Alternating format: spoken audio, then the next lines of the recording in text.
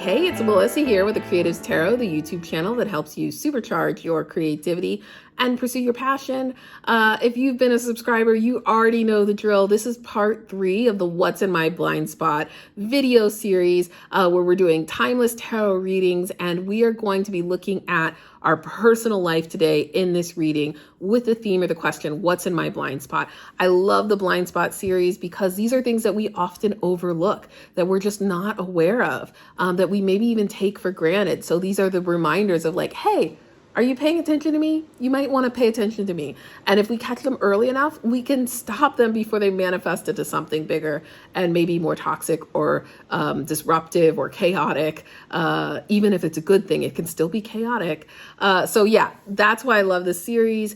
Let me know in the comments down below if you have an idea for another topic or theme that you want to cover in a future video segment, and I will probably do it. I'll probably use it. So drop those comments down below. Don't forget to like and subscribe. We're going to jump right into the video. If you're curious about the other parts, I'll also include the links down below. But part 1 was your creative project and part 2 was your business life. So the creative entrepreneurship, business life, mindset, all of those were in part 2. So let's get into part number 3, your personal life. Hold on, folks. Hold on. Here we go. What's happening? Oh, one card that jumped back into the pile. So it's kind of like, oh, no, we don't want that one to come out. Oh, wow. Okay, justice again. We had this. This was the very first card that came up previously in the reading for your creative business, right? So for some people, this is a double whammy. Like, you are definitely thinking about justice and equity and fairness right now. And that can be in all different ways and shapes and sizes. It could be in who does the housework or the childcare. It could be in extra responsibilities. It could be in added burdens that you're facing because of, inequality. It could, in the larger sense of the world, right? It could be a lot of different things, but justice is definitely on your mind this week, right now, and it's affecting your personal life. Let's see what else is up here. Okay, we've got the Fool in reverse. So I get the sense that, in your blind spot, you're feeling new about something and you don't like it. I feel like you're aware that this is a new thing for you. It may be a new relationship. It may be a different phase of a relationship, growing pains in a relationship. But I feel like you're playing a new role. You're wearing a new hat and you're not quite entirely comfortable with it. You're definitely not trusting the universe. Like, you're going in with a lot of baggage and maybe even resistance. And you're thinking, this is not fair. I don't want to play this role. This is not the role that I carved out for myself. I'm feeling like that is, again, in the blind spot, in that it's like, it's there, it's present, but you're not seeing it. And maybe you're willing it not to be in existence, but it's there and you want to deal with that. Let's see, what else? What other messages do you have about their blind spot and what they can do to release that or to move forward, to be aware? Blind spot in personal life. Okay. Got the 9 of Pentacles in reverse, right? Pentacles always speak to material possessions, and 9s and 10s, those are towards the finish line, the ultimate sort of like peak and climax. I always think of the 9 as this card of richness and abundance and prosperity and really indulging and treating yourself. But I feel like you're resistant to do that because maybe you don't feel like, whatever the situation is, you don't feel like it's a victory, and therefore you're hesitant to reward yourself. You're hesitant to take care of yourself in that way, or to acknowledge the blessings that you do have and the abundance that you do have, because it's an untraditional sort of blessing or abundance. It's not, I don't think it's money, but maybe it is. I think there's something in your life right now that you're feeling maybe a little bit of guilt over. Okay, look at this. 2 cards that came up, 6 of Cups. So you're definitely stuck in the past, right? A blind spot. Like, you're definitely carrying some baggage, you're thinking about past, you're reminiscing about it. Maybe you're even holding on to some trauma or pain towards the person that you're now in that new role with. Maybe you're caregiving, right? Maybe you're playing a caregiving role to an older parent or a sibling that suddenly needs help.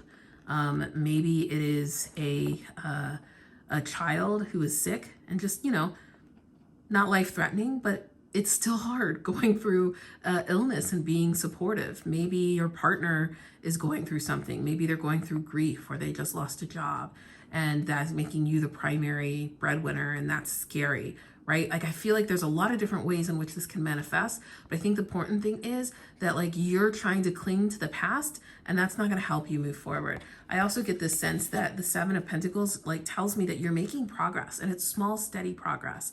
But again, you're not seeing it. Look at all of the work that is done beneath the surface. And maybe you're only looking at the top and you're going, why isn't this bigger? Why aren't I almost done with this journey yet? Why am I still doing this in the same place? You're not in the same place. There's an incredible amount of growth and potential under the soil. And you need to recognize that and also know that you're continuing to nourish, like through this action, through the work that you're doing, through the role that you're playing, you are feeding that and you're nourishing those relationships. And they will come back to you. Like that energy that you're manifesting, that love and support, the role that you're playing, like it will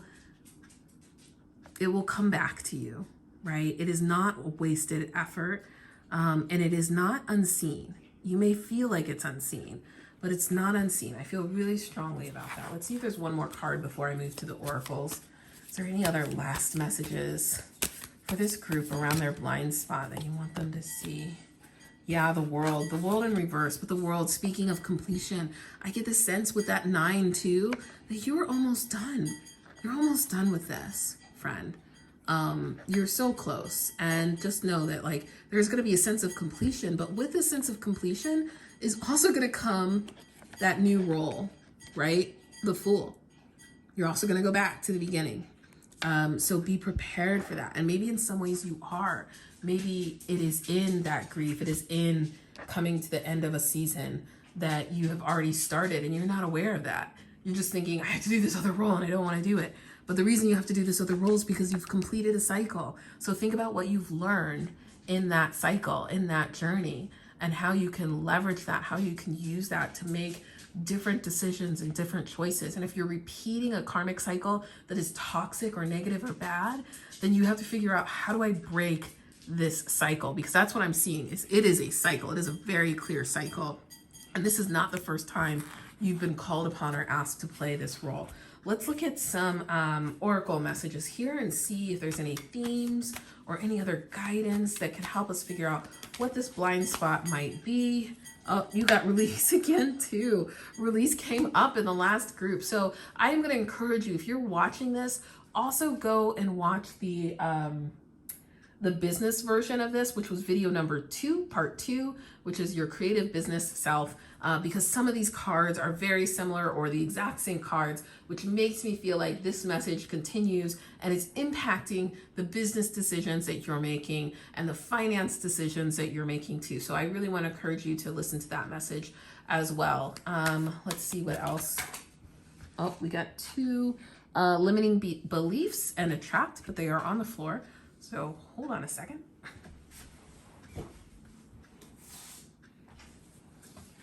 Okay.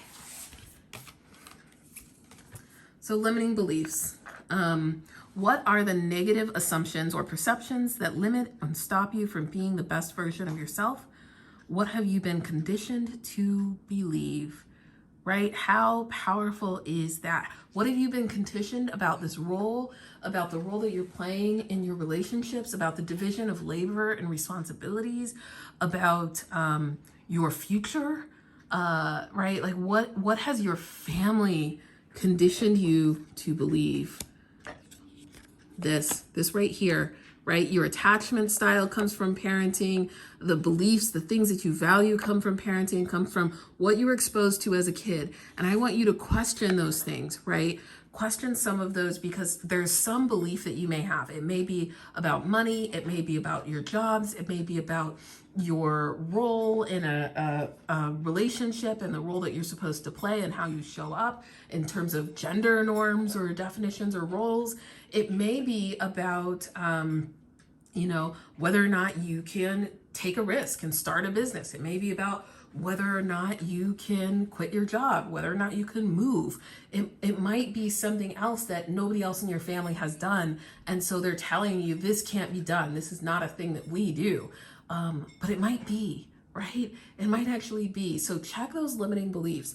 And whatever it is that you're dealing with or struggling with right now, I want you to think about, why do I believe that this is the only option, right? And is there something I'm not considering? Don't worry about the how, but just ask yourself, is there an option that I'm not considering, that I removed from the table because I thought it was too difficult, too impossible, too much trouble to figure out how to do that?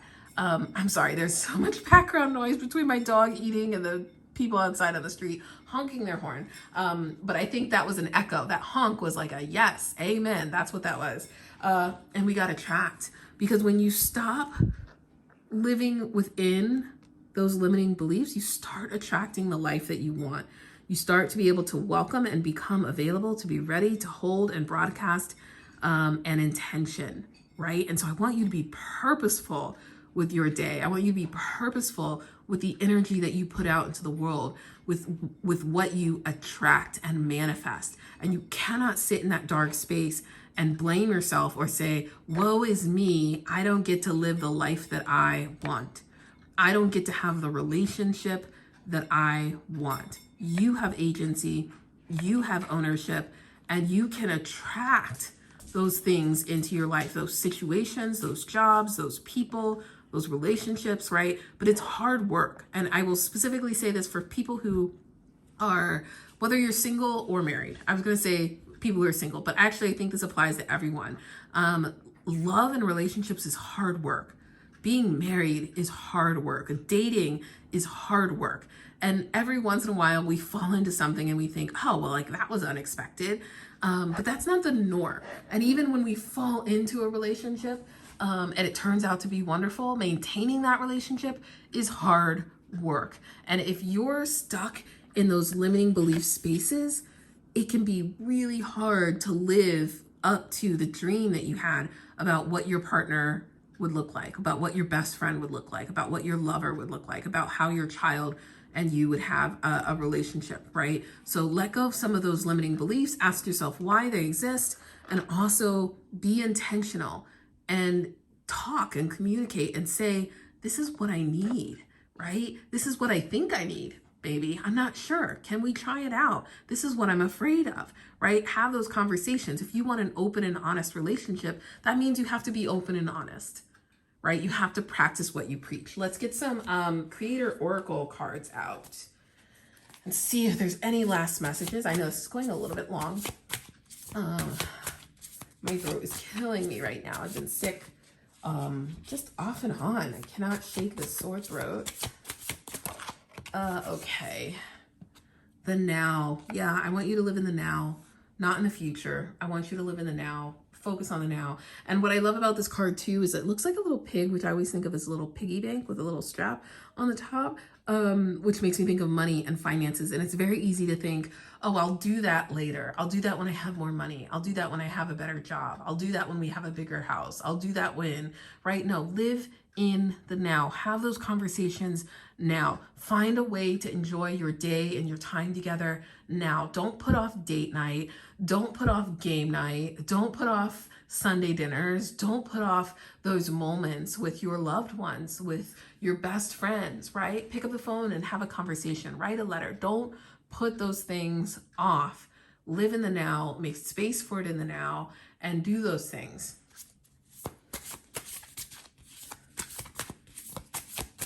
So important. Life is short. It's so incredibly short. And if these last 2 years have taught us anything, it's that like you have to expect the unexpected essentially, right? You have to be aware that things can change. in a moment's notice. And you're the muse. You are the muse. Oh, I love this. This hits with the last group. So definitely go watch part 2 if you're watching this, because I think there's messages for you in both of those readings. But you are the muse, right? And your muse and your inspiration, like, remember that, and being bold and making decisions and setting boundaries and asking for what you need in a relationship, you're also being inspiration for others around you. I saw this amazing video that made me cry on TikTok, and the creator was someone in Gen Z. I'm not in Gen Z, but it was somebody in Gen Z who was saying, hey, look, I know, I hear all of these millennials, especially the older, she did not say geriatric millennials, but she said the older millennials who are cheering us on and saying how proud they are of us and how bold we are and how they never would have done that when they were our age. And they're like cheering us on. And she's like, I just want you to pause and stop being so hard on yourself, because you are our older brothers and sisters, and you are the ones who showed us how to do this. Like, we learned this from you being bold enough to call out things and ask for what you needed. And even though people slapped you down, and even though people told you that was impossible, and even though they treated you unfairly, we saw that unfairness and we said, oh no, we're not going to take that, right? And so I'm like, it's like that meme of like, this person walked so the other person could run. That's you. You're the muse. Not just like, you're not just consuming other people's energy so that you can create content and you can write stories, right? You are an inspiration for somebody else. And doing your work and living your truth and walking your purpose, you become an inspiration for someone else. And it may be a family member, it may be your daughter or son, it may be your best friend, it may even be your parents. But they're gonna look at you and they're gonna say, man, that chick is doing something different. And I want to know what she's doing. I want what she's got. I am so proud to know her, to know somebody who is so bold and so brave and so courageous and calling and living life and claiming what she wants, and then getting all of those things manifested and in their life. Like, just know that you are capable of so much.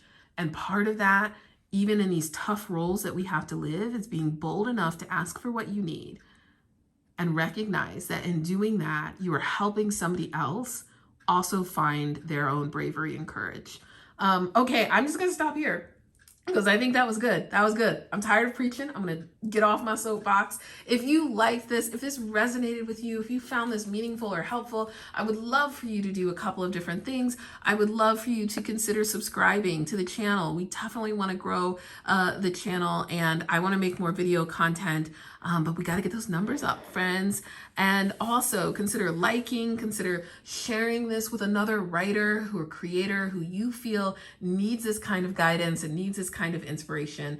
If you like this setup, I'm gonna continue doing these 3 days a week with like part 1, 2, and 3. So the idea is that every Monday it's gonna be focused on a creative project. So like the readings are gonna focus on the work that you're doing and the projects that you're creating. On Wednesdays, you'll have readings that are focused on the business side of writing and creating. And then on Fridays, we'll do those personal messages on whatever theme. So if you have a theme that you want to see covered, a question, a type of reading, let me know, drop it in the comments, and I will add it to the queue. All right, take care. Have a safe and wonderful holidays coming up, and I'll see you in the next video. Bye.